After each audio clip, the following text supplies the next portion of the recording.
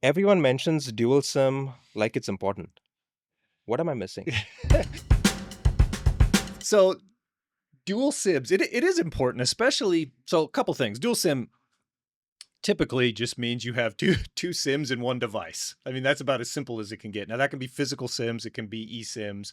There's different permutations of how that can work. But the beauty of that is you can have two SIMs and they can work with different carriers, right? So, but you only need to buy or purchase the capital of, of one device, right? So, uh sending out to a site, a good example of that is, hey, you ship something out to a site and it's got a SIM for two different carriers. Well, you're not sure which one will be the best one. Okay, well, let the device and let the cloud and let the Inseego software choose that for you. Run some tests, run some speed tests, run some diagnostics and say, okay, well, this carrier is better than this carrier. And you've got the two SIMs already in there, and then it can use that service going forward. So the dual SIM is key to that. And then in this case, you don't have to buy two different devices, two physical routers, because you don't want that. You only want to manage one. And then so you've got two SIMs, one router, uh, one radio, and one device to manage, but you get the benefit of getting the best carrier.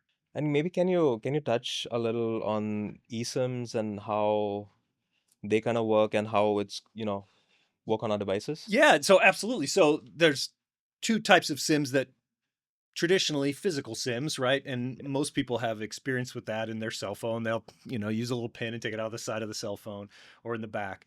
Well, our devices have physical SIMs too that you can stick in.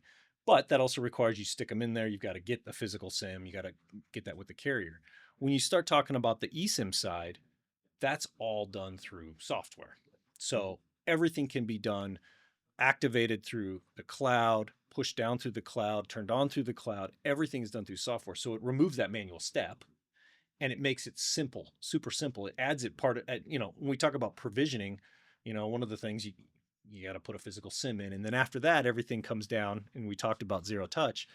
Well, with an eSIM, you can eliminate even that step, right? So the eSIMs are super convenient. And then you can also switch between carriers, obviously, because this eSIM can be Yeah. provisioned either way. I think it plays a really important role in the enterprise space where they have all these different use cases, different coverages. They don't know which customer they're going to be shipping to. And yeah, it's great.